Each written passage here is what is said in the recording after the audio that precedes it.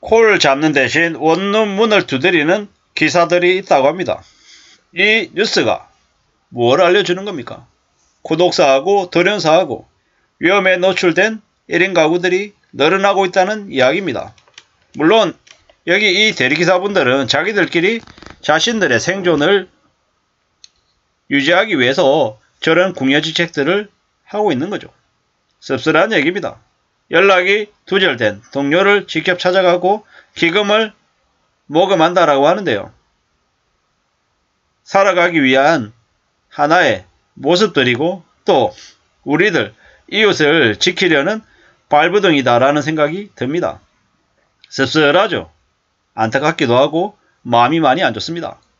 저렇게 코를 잡아서 배달하고 대리기사를 뛰는 분들이 삶이 여유롭겠습니까? 삶이 여유롭지 못하죠.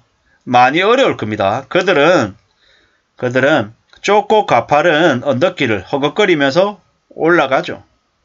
표정도 안 좋고요. 이래저래 좁은 골목 깊숙이 자리 잡은 허름한 원룸 건물 안으로 들어선다라는 겁니다. 그들이 차에 나선 건 대리운전 고객이 아니라 며칠째 연락이 되지 않는 동료 기사였답니다. 부인하고 이혼하고 혼자 우울하게 지냈답니다. 가뜩이나 경제적으로 힘든데 허리까지 안 좋아져서 대리를 못하니 아예 낙담해서 칩거에 들어가 버린 것 같다. 이렇게 얘기합니다. 40대 초반의 대리기사가 현관문을 두드리는 동안 50대 후반의 기사가 설명한 내용이랍니다. 갑자기 안파가 들어친 밤에 한기가 원룸으로도 스며들었을 텐데 출입문에 얼굴을 붙이고 아무리 귀를 기울여도 보일러 소리를 들을 수 없었답니다. 전화 연결도 안 되고 새벽에 철문을 따줄 열쇠공도 구할 수 없어서 두 대리기사가 어찌할 바를 모르고 원룸 앞에 서 있을 뿐이었답니다. 이들은 부산 지역을 중심으로 대리기사 270명이 모여있는 카부기 상호공제의 소속 기사들이랍니다. 노동조합하고 성격이 다르답니다. 매달 회비를 내지만 회비로 모은 돈을 대부분 입원 수술을 하는 회원을 돕는 데 사용한답니다. 사무장은 소속 기사 중에서 혼자 사는 이가 계속 연결이 안되면 연락이 안되면 직접 찾아다니고 있답니다. 동료 대리기사가 통화가 안돼서 좀 걱정을 하고 있답니다. 통화가 되면 갖다 주려는 적석밥하고 컵라면 꾸러미가 며칠째 그대로 실려 있답니다. 좀 씁쓸하죠. 적석밥하고 컵라면 꾸러미를 왜 들고 있겠어요? 끼니 걸을까봐, 술에 그냥 밥을 건너뛸까봐 이걸 갖다 주려고 했다는 거죠. 이런 얘기를 들으면 참 씁쓸합니다. 씁쓸하죠. 왜냐, 이렇게 힘들고 어렵게 사는 사람들이 우리의 이웃이고 우리의 가족 중에 한 명일 수 있기 때문인 거죠. 뉴스를 보면 언론에 드라마나 영화를 보면 아주 화려하고 멋있게 사는 부자들이 참 많은데 실제로 현실 세계에서는 돌연사와 고독사의 위험에 노출된 1인 가구들이 많다라는 겁니다. 1인 가구 3명 중에 1명이 혼자 사는데 경제적인 어려움을 겪는 1인 가구들이 훨씬 많을 거다라고 합니다. 물론 남성 고독사가 여성 고독사에 비해 4배 이상 많다고 하고요. 고독사 하는 사람의 절반 이상이 5, 60대라고 합니다. 대리기사는 대부분 남성이라고 하고 평균 연령은 53세, 중장년층이 많답니다. 밤낮이 바뀐 생활을 하기 때문에 수면장애에 시달리는 대리기사들이 더 고독사에 노출될 가능성이 크답니다. 낮에 일을 못하고 밤에 일을 하면 아침에는요 잠 못 자죠. 잠이 안 오면 소주 한두 병 들이켜야 겨우 이제 잘 수 있는 거죠.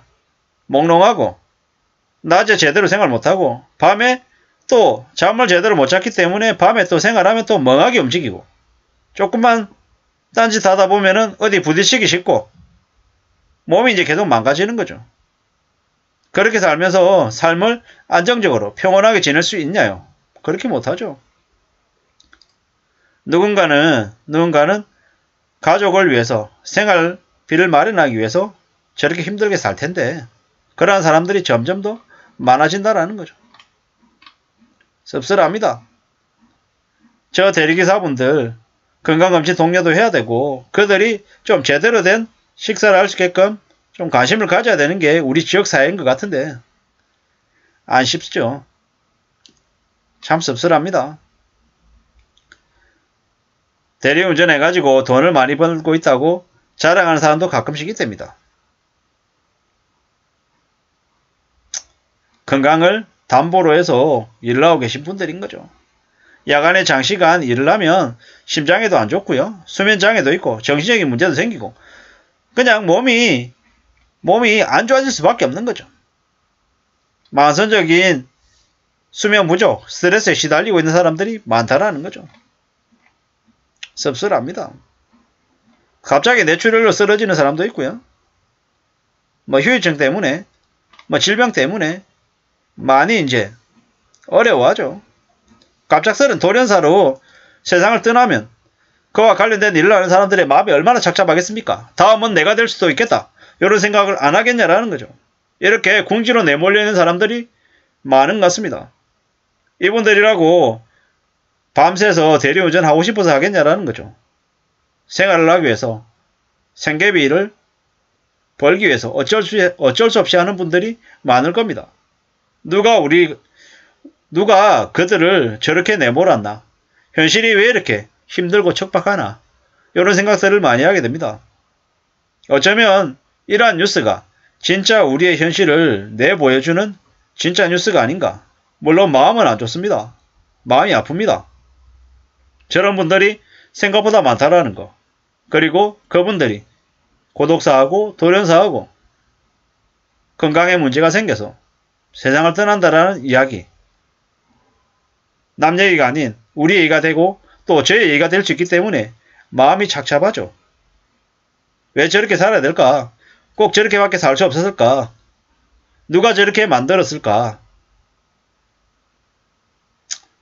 참 많은 고민들, 많은 걱정들이 드는 대목입니다. 어떻게 해야 저분들이 조금이나마 덜 힘들어하며 살 수 있게 지원하거나 돕거나 할 수 있는 건 없을까? 정치인들, 정부, 관공서, 동사무소 이런 쪽에서는 저분들이 최소한 그래도 생명줄을 놓진 않게끔 좀 신경 써줄 수 있는 부분은 없나? 뭐 이런저런 생각들이 많이 들었습니다. 아무쪼록 우리 주변에 있는 이웃에게 조금이라도 관심을 가질 수 있는 그런 우리가 되면 좋겠다. 이런 생각도 했고요. 동료를 구하고 싶은 마음에 만든 작은 기적이라고 합니다.